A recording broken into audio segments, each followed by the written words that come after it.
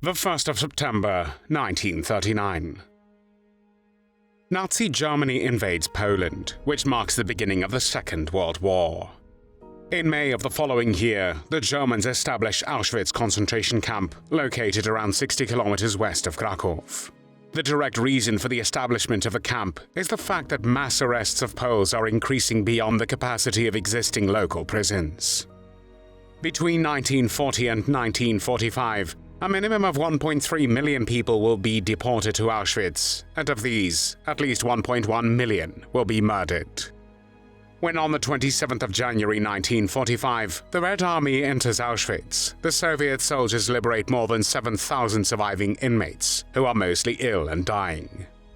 The unspeakable conditions the liberators confront shed light on the full scope of Nazi horrors. One of the perpetrators of the criminal Nazi regime responsible for these atrocities is Karl Fritzsch. Karl Fritzsch was born on the 10th of July 1903 in Flossenbürg, then part of Austria-Hungary.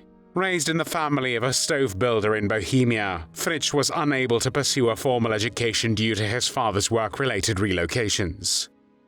During the 1920s, Fritzsch became a sailor for the Danube Shipping Company, and in 1928 he married Franziska Stich. The marriage produced 3 children, but it eventually ended in divorce years later. By the early 1930s, Germany was a country grappling with severe economic and political instability. The aftermath of the First World War had left the country burdened with immense reparations, while the Treaty of Versailles had stripped it of territory and military power. The global economic depression that began in 1929 hit Germany particularly hard, leading to skyrocketing unemployment and widespread poverty. The Weimar Republic, which was the name given to the German government from 1918 to 1933, struggled to cope with these challenges, and many Germans lost faith in its ability to provide stability and recovery. Political divisions deepened as extremist parties gained support, with the Nazis capitalizing on public discontent. They promised to restore national pride, reject the humiliating terms of the Treaty of Versailles, and revive the economy. Karl Fritzsch was among the millions who believed Hitler was the only hope for the German people. In 1930, he became a member of the Nazi Party, and the same year he joined the SS. On the 30th of January 1933, Adolf Hitler was appointed Chancellor of Germany by President Paul von Hindenburg. Less than 2 months later, in March 1933, the first concentration camp, Dachau, was established. Soon after Dachau opened, Fritzsch acquired a position to be in charge of a unit that was part of the SS-Totenkopfverbände, or Death's Head units. This group was notorious for its brutal enforcement of Nazi policies and played a central role in the administration of concentration camps.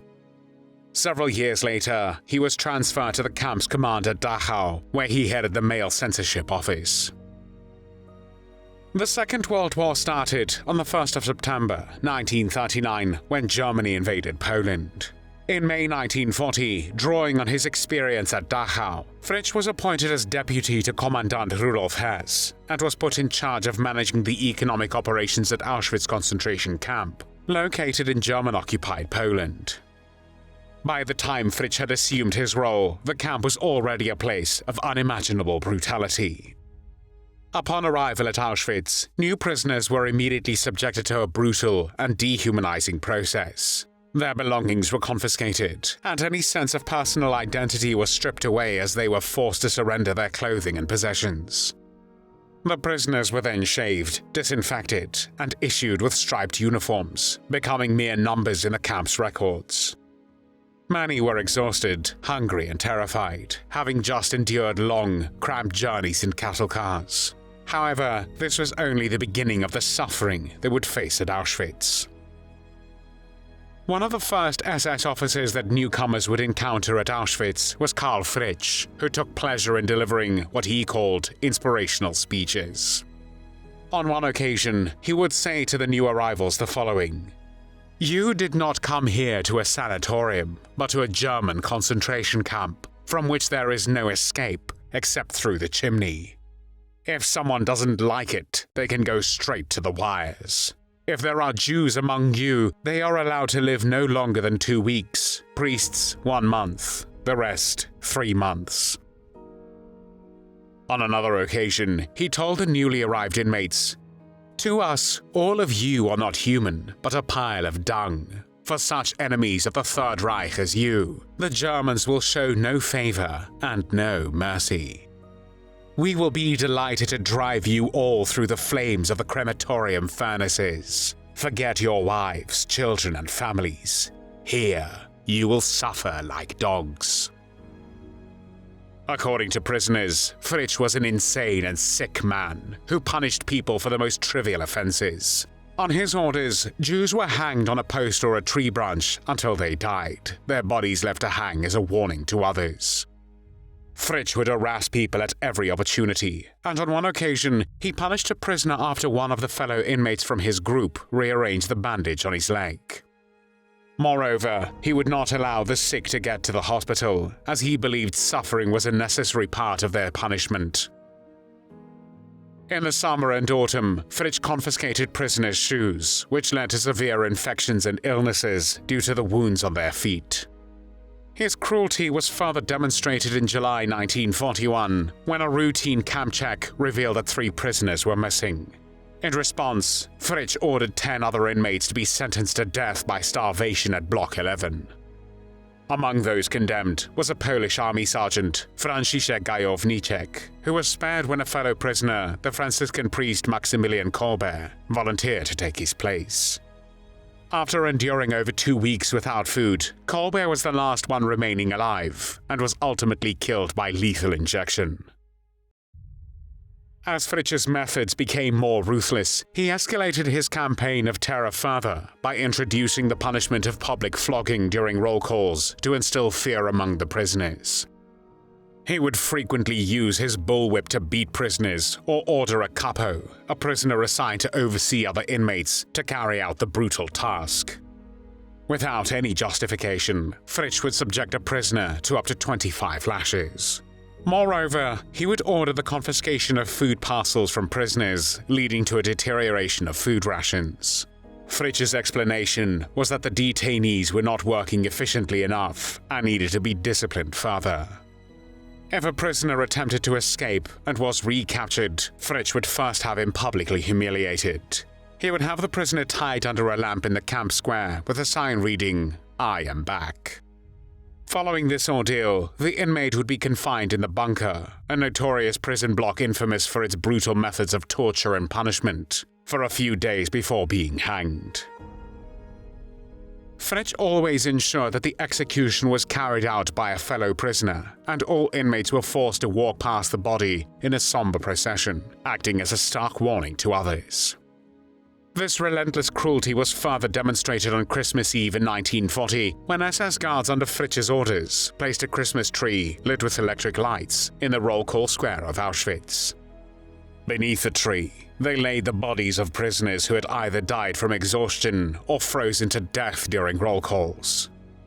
Fritzsch cynically referred to the corpses as a present for the remaining prisoners, and because of his deep-seated hatred for the Polish people, he strictly prohibited the singing of Polish Christmas carols, adding to the psychological torment of the inmates. Fritzsch's contempt for the Poles manifested in even more brutal ways. On one occasion, he ordered the mass execution of 82 Polish prisoners who were shot dead with their hands tied behind their backs with wire. After the execution, Fritzsch approached the massacred bodies, firing a one-gun salute into the heads of the already lifeless corpses. With cold contempt, he remarked, "You dirty dogs, you Poles, you're not worthy of this shot." The depths of Fritzsch's cruelty were not confined to symbolic acts of terror, but extended to even more horrifying methods. This escalation became starkly evident in late August 1941, when he came up with the idea to use Zyklon B gas as a means of mass extermination. During this period, while Camp Commandant Rudolf Höss was away on an official trip, Fritzsch ordered the execution of hundreds of Soviet prisoners of war held in the bunker. He conducted tests with Zyklon B gas in these confined spaces, which were not fully airtight, resulting in even more agonizing deaths for the victims. Fritzsch continued these experiments also in the presence of Höss, and Zyklon B, which was originally intended for delousing clothing, became the primary method for mass extermination at Auschwitz. In January 1942, Fritzsch was reassigned to the Flossenbürg concentration camp, where he served as a temporary substitute commander for several months. In addition to the dreadful conditions, in Flossenbürg the Germans created such harsh living conditions for the prisoners that they often committed suicide. The camp's Nazi personnel would often carry out executions, punish the prisoners with whipping, and order long and extremely tiring roll calls. In October 1943, Fritzsch became the subject of an internal SS investigation for corruption. As a result, he was charged with murder by an SS court and consequently sent to serve on the front lines as punishment. In April 1945, the Red Army encircled and assaulted Berlin, leading to intense urban warfare. As Soviet troops advanced through the German capital, Adolf Hitler and his closest associates took refuge in the Führerbunker beneath the Reich Chancellery. The battle saw fierce resistance from German forces, including remnants of the German army and the Volkssturm, a militia composed of older men and young boys. Despite this resistance, however, the overwhelming power of the Red Army ultimately prevailed, leading to the fall of Berlin on the 2nd of May, 1945. It is believed that the 41-year-old Karl Fritzsch was among the thousands of Germans who died during the Battle of Berlin. However, Soviet sources claim that the MI6, the British Secret Intelligence Service, caught him in Norway. Captain Charles Arnold Baker recorded that as an MI6 officer in Oslo, he arrested Fritzsch. He also said, "We picked up, for example, the deputy commandant of Auschwitz, a little runt of a man called Fritzsch, whom we naturally put in the custody of a Jewish guard, with strict instructions not to damage him, of course." There were no tears shed for Karl Fritzsch.